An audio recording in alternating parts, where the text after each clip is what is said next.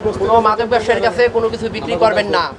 যে লিখে দিবেন, এখানে সাইনবোর্ড লিখে দিবেন যে আমরা কোনো মাদক ব্যবসায়ীর কাছে কোনো খাবার বিক্রি করি না। আমরা এই মাসুদ কলোনি সব এগুলো হলো রেলের পরিত্যক্ত ভবনগুলো যদি ভাঙাই দেওয়া যায়, বস্তিটা ইয়ে করে দেওয়া যায়, অপরাধ 100% নিবারণ, অবৈধভাবে বসবাসী সব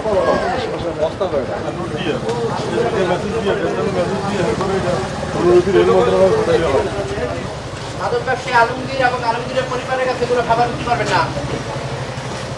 এই ভাই, ভাই এদিকে আসেন, এদিকে আসেন সবাই, দোকানদার এদিকে আসেন সবাই। মাদক ব্যবসায়ী আলমগীর এবং তার পরিবারের কাছে কোনো খাবার বিক্রি করবেন না, কোনো কিচ্ছু বিক্রি করবেন না।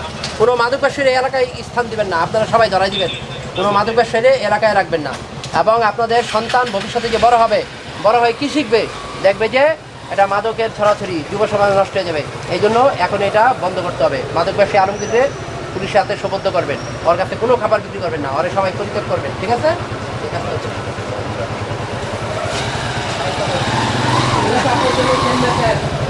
কোনো মাদক ব্যবসায়ীর কাছে খাবার বিক্রি করবেন না, মাদক ব্যবসায়ী আলমগীর এবং আলমগীরের পরিবারের কাছে কিছু বিক্রি করবেন না।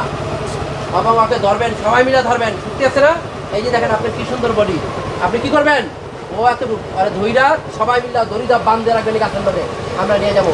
এবং আপনাদের সর্বোচ্চ নিশ্চয়তা নিরাপত্তা আমরা পুলিশ দিয়ে রাখবো 50 জন করে এখানে, যদি আপনাদের কোনো ক্ষতি হয় পুলিশ 50 জন দিয়ে রাখবে। এই যেরকম 7 জন সহ দাঁড়াবে, এরকম 7 জন সহ দাঁড়ায় রাখবে। ঠিক আছে, অগমত ছেলে যারা 50 জন ঘরে ধরবেন সবাই। আগে কিন্তু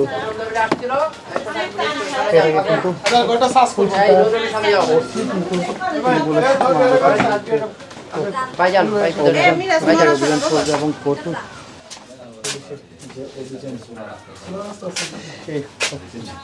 কিন্তু পরিচালনা করছেন এবং কিন্তু কিন্তু চূড়া কিছু রাস্তা রয়েছে, এই রাস্তা কিন্তু চলে যেতে পারেন।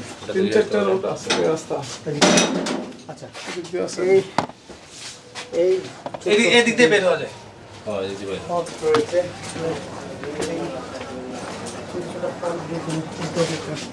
বের হয়ে যেতে পারে।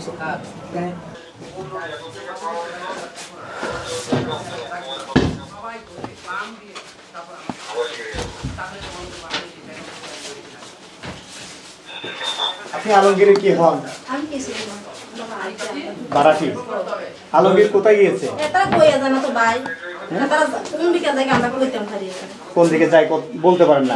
বলতে পারেন না। আর ওরা দেখি না আসতে, ওর বইনে থাকে ঠিক আছে, ওর বইনে যখন শুনছে পুলিশে, ওর বইনে যে কই গেছে গা।